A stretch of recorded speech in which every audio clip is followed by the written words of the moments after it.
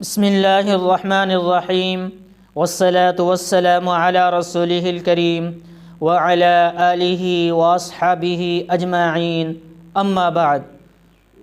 معزز سامعین کرام، السلام علیکم ورحمۃ اللہ وبرکاتہ۔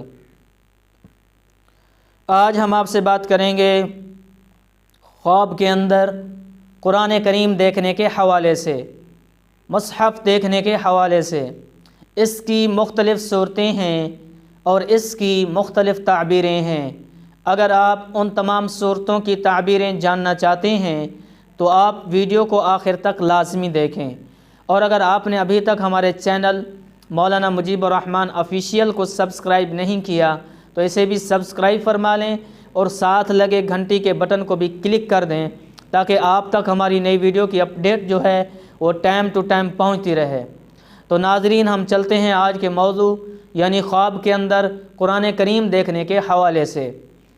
حضرت علامہ ابن سیرین رحمۃ اللہ علیہ نے فرمایا ہے کہ خواب میں قرآن کریم دیکھنا علم اور حکمت پر دلیل ہے۔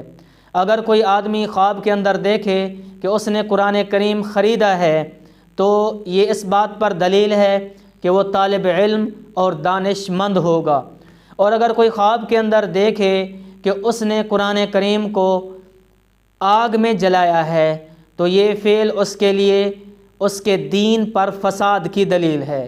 اور اگر حضرت ابراہیم کرمانی رحمۃ اللہ علیہ فرمایا ہے کہ اگر دیکھے کہ اس نے قرآن کریم کھول کر سر اور آنکھ پر لگایا ہے، آنکھ پر رکھا ہے، تو دلیل ہے کہ سب کام اندازے سے کرے گا، اندازے کے ساتھ کرے گا اور اس شہر کا والی ہوگا۔ اور اگر خواب میں دیکھے کہ قرآن کریم اس کے ساتھ باتیں کرتا ہے، اگر نیک بات کی ہے تو نیکی پر دلیل ہے، اور اگر بری بات کی ہے تو بدی پر دلیل ہے۔ حضرت جعفر صادق رحمۃ اللہ علیہ نے فرمایا ہے کہ خواب میں قرآن کریم کا دیکھنا 5 وجہ پر ہے۔ اول علم اور حکمت، دوم میراث، سوم امانت، چہارم روزی حلال، اور پنجم دین اور دیانت۔